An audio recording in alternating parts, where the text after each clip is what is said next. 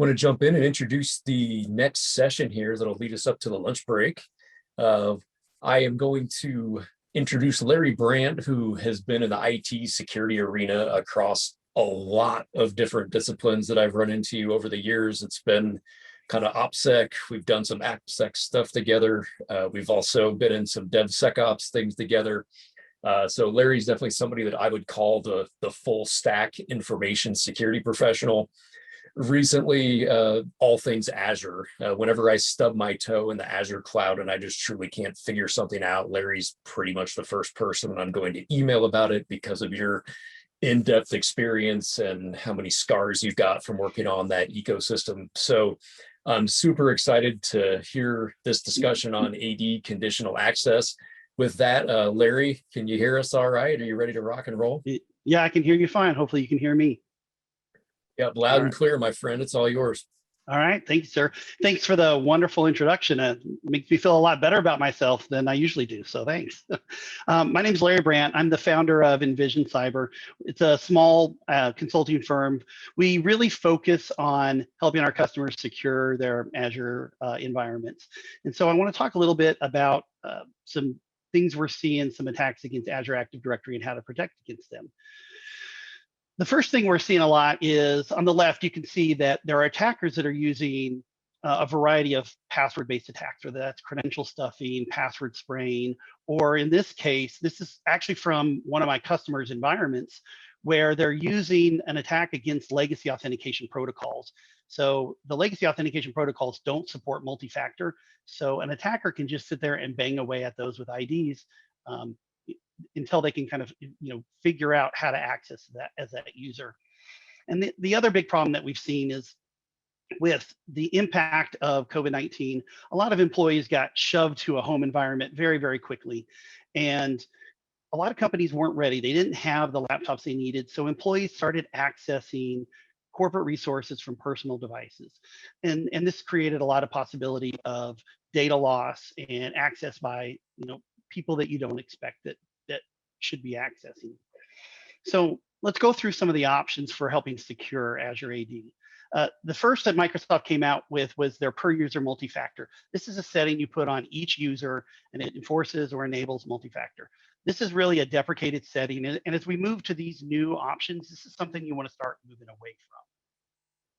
They've recently released what's called security defaults. This is free and it's included with the base Azure Active Directory licensing. It is something that you turn on either on or off for everybody. You can see it's here in the properties of managed security defaults setting for the tenant. And what this will do is it'll require everybody in the tenant to register for MFA. All admins are going to have to perform multi-factor, and then regular users will get it when necessary.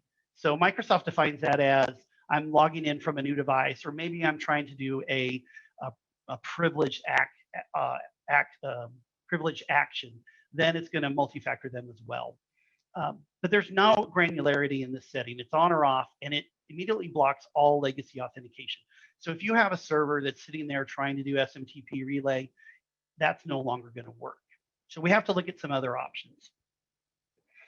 Another possibility that you can do is if you have a third-party MFA provider, a Duo or an Okta, if you set up your Azure AD Connect environment to use federation, you can then farm out your multi-factor and additional controls to them. Now, if you're doing cloud-based authentication, which is either password hash sync or pass-through authentication, that is not an option. You'll have to do conditional access or security defaults. But Microsoft is also in the process of releasing some new capabilities with custom controls. So this is currently in preview. And what it allows you to do is you can use conditional access policies, but then link your third-party MFA or your MFA to a third party without having to do federation. The problem is that this first run of this didn't work out as well as Microsoft wanted. Just a couple of months ago, they put out a blog article that said, hey, we're really going to have to revamp this before it's ready for prime time. So it's not yet a viable option for you. And really, if you need a lot of control, then that's where conditional access comes in. The way conditional access works is you take a series of signals, and Microsoft defines signals as who is the user, what are they trying to access, device, location, and their risk level and other factors like that. And then use that to enforce a decision. Are we going to allow full access? Are we going to require them to multi-factor? Are we going to block access or do something else?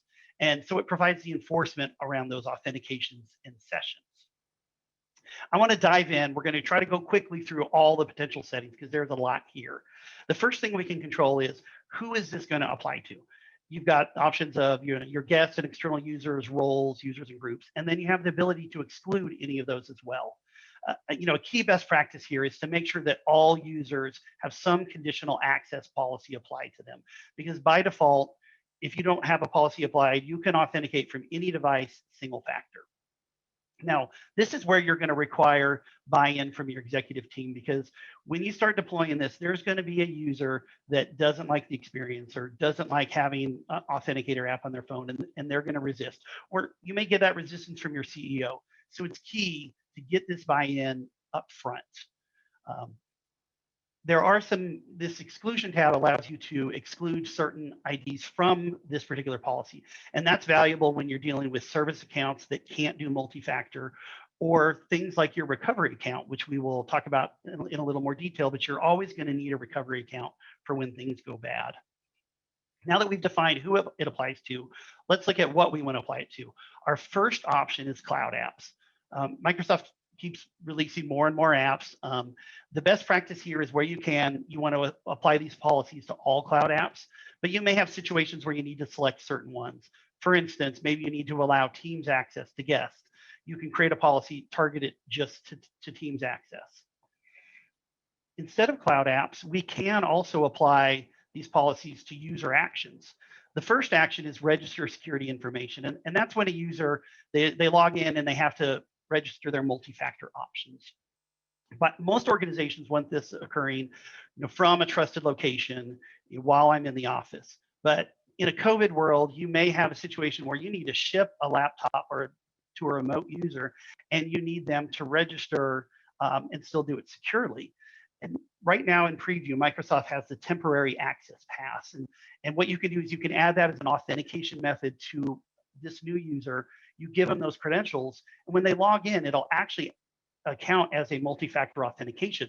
So you don't have to have a special policy that allows them to log in with their ID without multi-factor. They're able to use this temporary access pass, set up their information, and then log into their devices.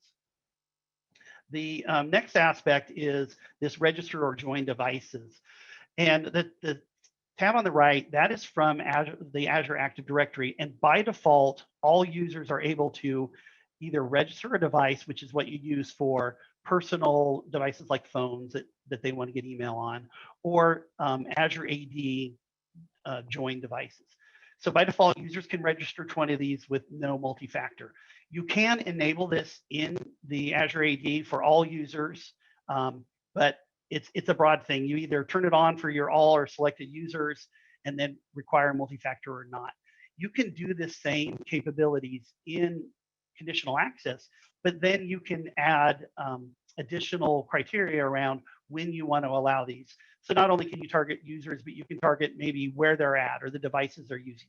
You just get a little greater level of granularity when users can add these devices. And our last thing, instead of actions, we have this new idea of authentication context. So this is still in preview, but what you can do, I'm going to give you a scenario to make it easier to understand. You have a SharePoint sites, and let's say the first site is your super secret barbecue recipe that you only want certain people to get to, and they have to do it from a secure device. And then you have recipes that you want all of your partners and all of your employees to be able to get to. You can go in and create authentication context, and then you use Cloud App Security to assign that authentication context to that SharePoint site.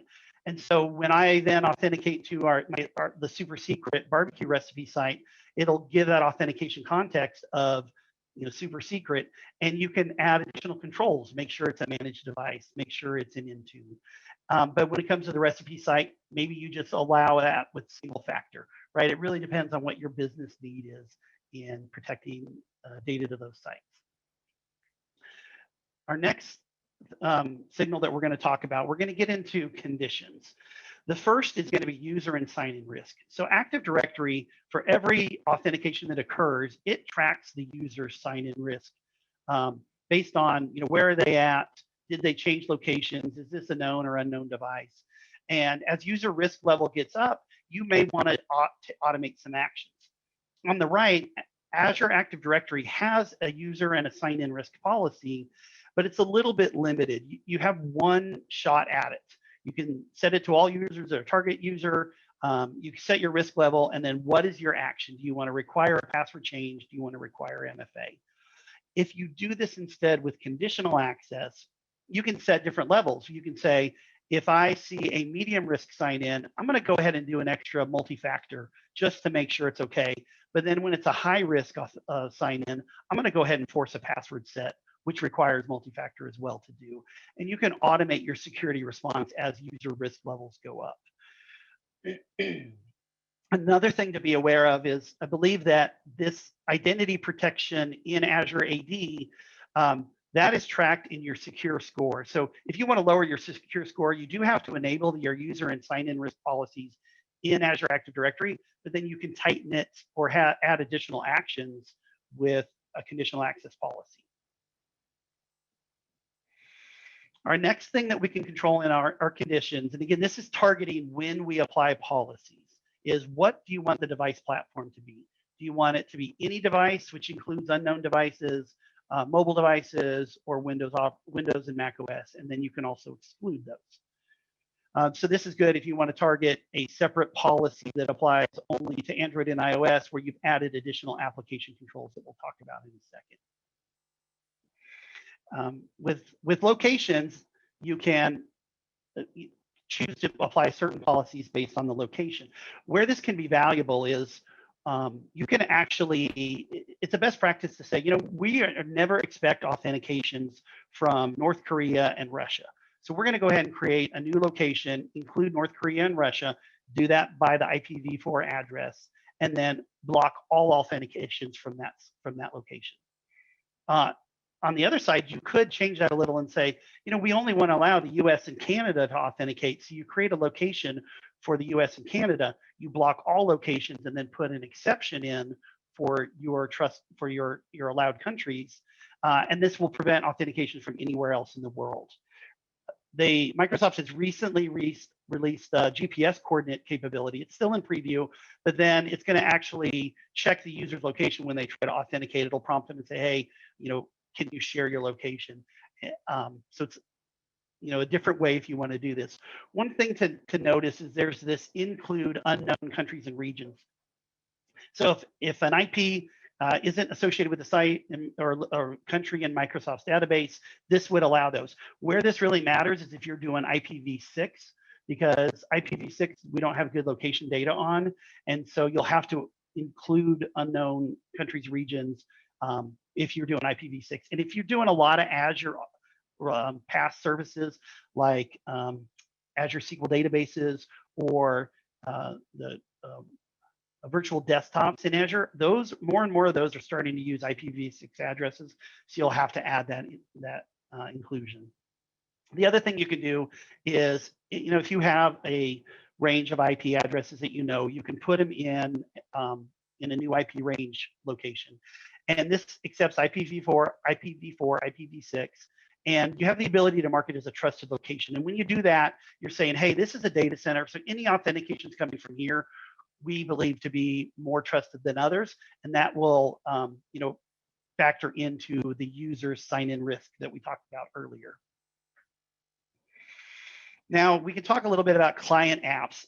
The first two are browser and mobile apps. Those are really what you want most users authenticating with now. The legacy authentication clients, ActiveSync, and then anything that would authenticate to SMTP and IMAP and those do not support multi-factor.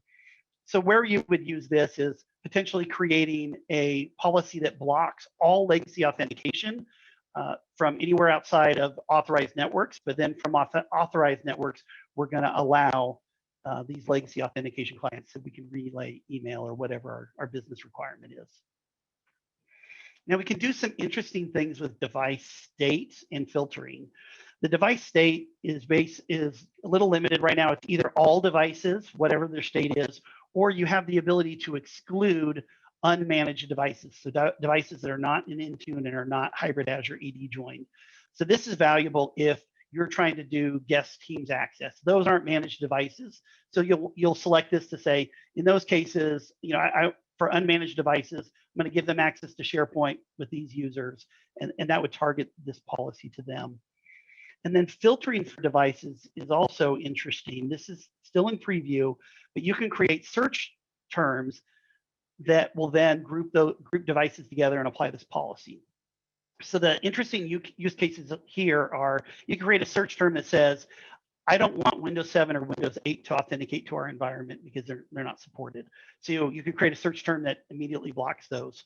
Or maybe you have privileged administrative workstations that are for your admins to log into. You only want admins to log in from those devices and not their day-to-day device. You can create a filter there that would then match them with these users and apply the policy. And the last interesting use case is if you've got Teams room systems, you may want to create a policy that targets team room systems and the users that are allowed to authenticate specifically. So that gets us through all of our assignments. So this whole section was about when do we apply the policy. Now we're going to get into access controls. And what this does is this determines what are we going to do once we've said a policy is going to apply. Of course, our first thing is block access. This is valuable when you want to block legacy authentication. The next thing we can do is require multi-factor. And just so you know, Windows Hello type authentications do count as meeting this multi-factor requirement. And then we can get in and say, okay, I only want company managed devices to be able to authenticate. So this is where if you say the device has to be marked as compliant, the device will have to be registered in Intune, and the compliance policy will have to show as compliant. If it's showing as out of compliant, when they try to authenticate, they will get denied at this point.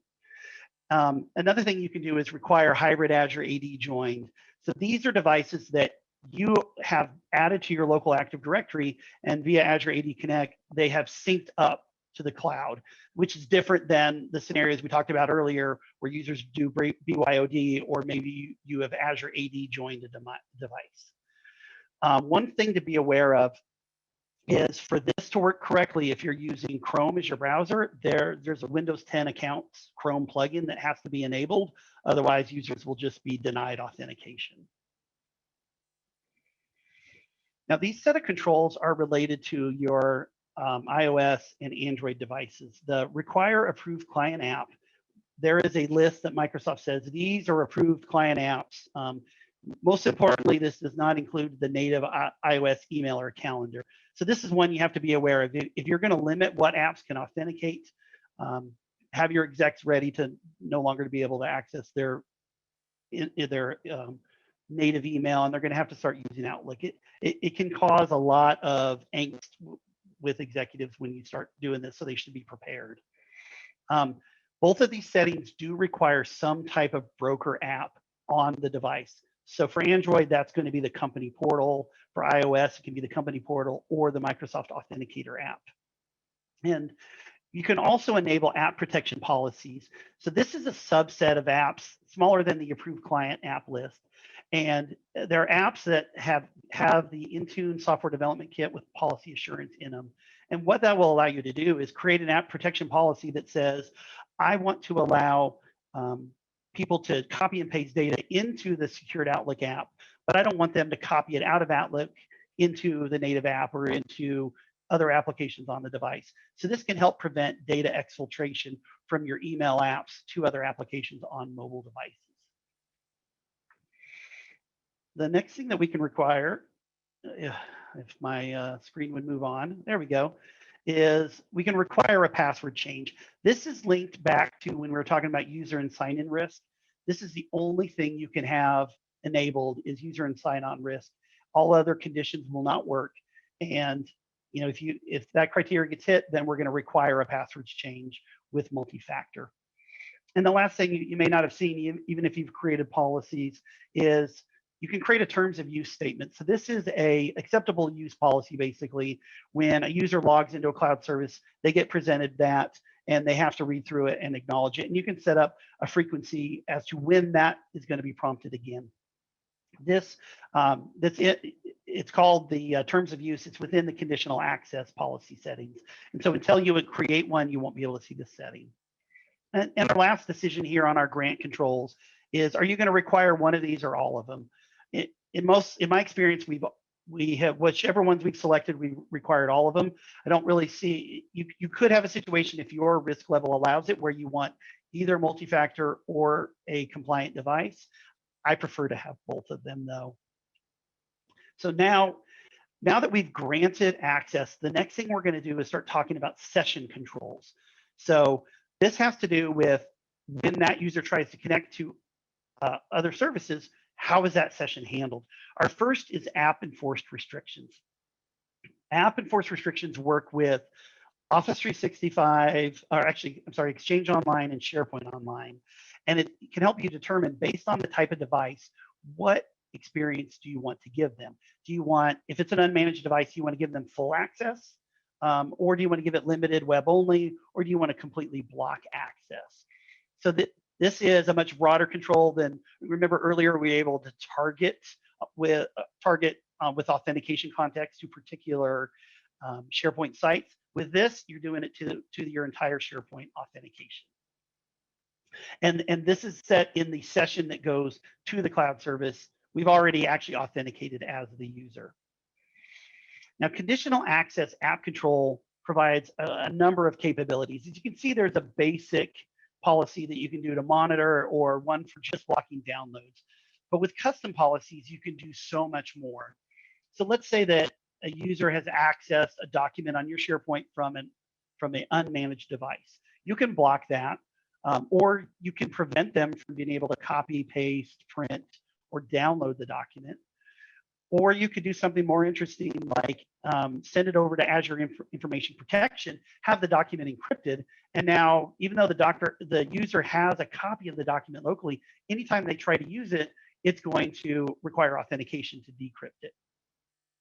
The last two settings here on session, sign-in frequency. This determines the minimum frequency the user has to sign in, and multi-factor. A common mistake is to think, hey, we want to make sure that this user is who they are, so we're going to set this sign-in frequency to like 7 days. Well, as you deploy these policies out, users are going to get multi-factor prompts for browser sessions and Outlook and Teams, and then they have all those apps on their phones, and they're going to get those prompts.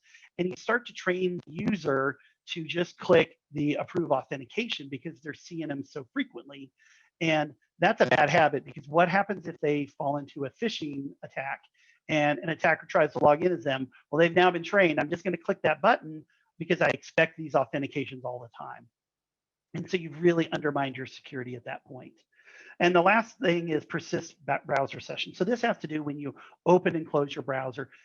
Does it allow the session to persist? It doesn't affect the normal token lifetimes that are configured in that app. But there is some issues. If you choose never persistent, it can cause single sign-on issues with mobile devices between apps and between the apps and browsers. So that's the end of our session controls. I want to walk through what the workflow looks like. A user is going to log in. They're going to request an access token. Assuming that they're able to log in, the first thing it's going to ask is, all right, what policies are in scope of this request?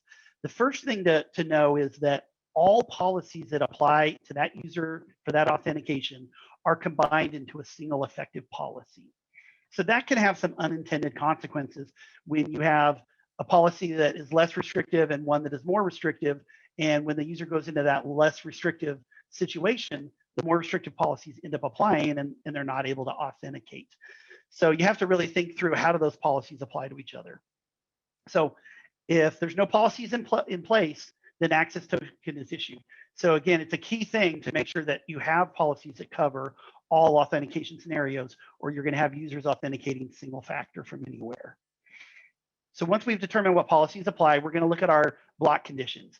If we don't have any, if we have a block condition applied, we're immediately going to not provide the token. So remember, the block conditions are what Is the device managed? Are we going to require MFA? Is it domain joined? If we pass those, then we're going to go. We're going to say, hey, we've passed our. So we're going to go into our additional grant controls. Sorry, and this is where it's double checking all of those grant controls. The block was just before was on if the policy is set to block. So if we've now passed all of the access control grants, we can then provide the user a session, but we put those limitations on the session control.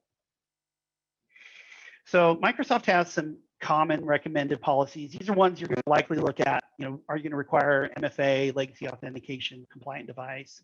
And in the conditional access deployment guide, Microsoft has this tool where you can kind of walk through and say, when an access attempt is made, to this app by these users, these conditions, what do I expect it to do? And this allows you to model out what you expect those policies to do. And then I found this tool on danielcrunlin.com. It's just an Excel spreadsheet, but this is super helpful to list out all your policies, and you can start looking across them and start looking for gaps. Do I have situations where maybe I've combined a number of conditions that end up creating a situation where users are not authenticated? And another best practice is to really think about how you're going to name those policies. If you don't have I was at one company where they had policy 1 and policy 2, and trying to understand what the intent of those policies was pretty hard. All right, so real quick, I want to talk about an optional step of creating recovery accounts. Oh, you know what? I'm sorry, there's a little bit of a typo. This is probably the most important thing you can do. Sooner or later, as you're creating these policies, a mistake is going to be made, or maybe in the future, someone is going to make a mistake in a modification, and you can literally lock every single person, including your administrators, out from logging into Azure, and you cannot then correct your problem. So what Microsoft recommends is you create 2 recovery accounts, exempt them from all conditional access, don't link them to any type of employee MFA, because then that employee leaves and you're hosed. They should not expire. You need to keep them in an accessible password vault. So Azure Key Vault's probably not the best place to keep them, because if you need them, you can't log into the Azure to get them.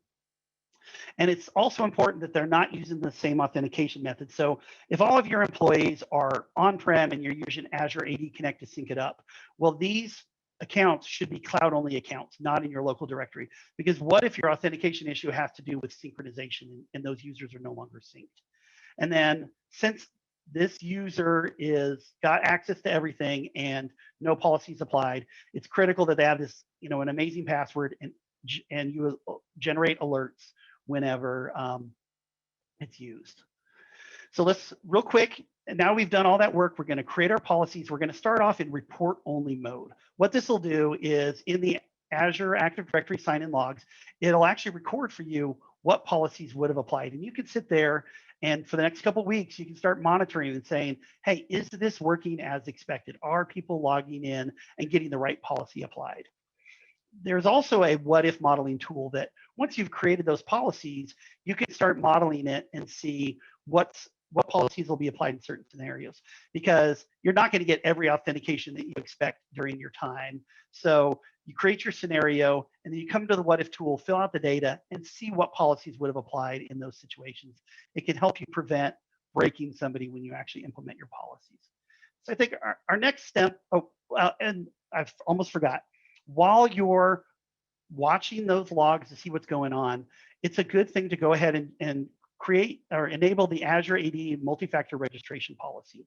So if you enable your conditional access policy and users haven't registered for MFA, they're going to be required to register at that moment, which could be a career limiting move if the CEO is trying to log into Teams to do a critical business meeting. So instead, if you enable your MFA registration policy, you can tease it out to your users over time.